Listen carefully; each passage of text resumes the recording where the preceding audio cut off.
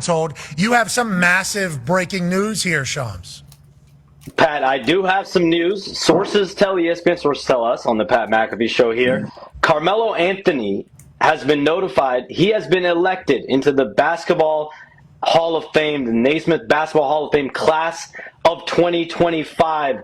He's the landmark player, the big name player here for this Hall of Fame class, and 10-time All-Star, 6-time All-NBA team, the 10th leading scorer of all time in NBA history. We know how great he was with the New York Knicks, the Denver Nuggets. He had late runs with the Thunder, the Portland Trailblazers, finished his career with the Lakers. He is a first ballot Hall of Famer. Congratulations, Melo! From what I've been told, you have some massive. So Carmelo Anthony, he was, been drafted in the great class of 2003, where they have Dwayne Wade, Chris Bosh himself, and also LeBron James, who is still playing in his 22nd season as we speak.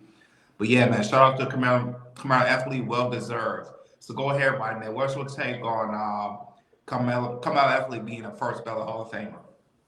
Yeah, he was a first-time Hall of Famer. However, the only thing is, I'm just upset he never got a ring.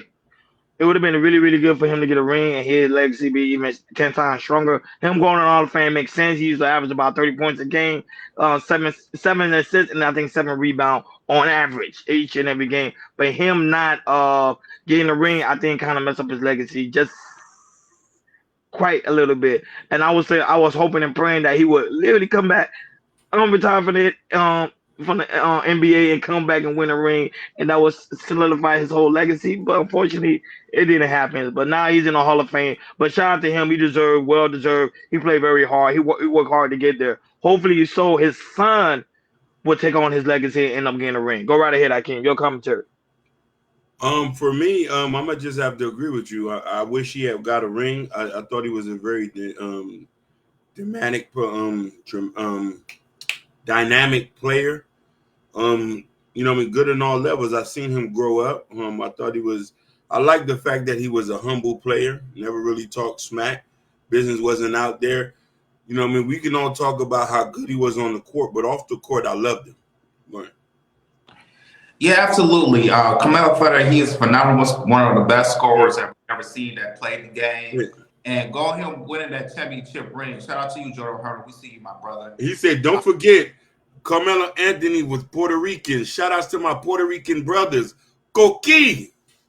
Boricua. But him winning a ring, there's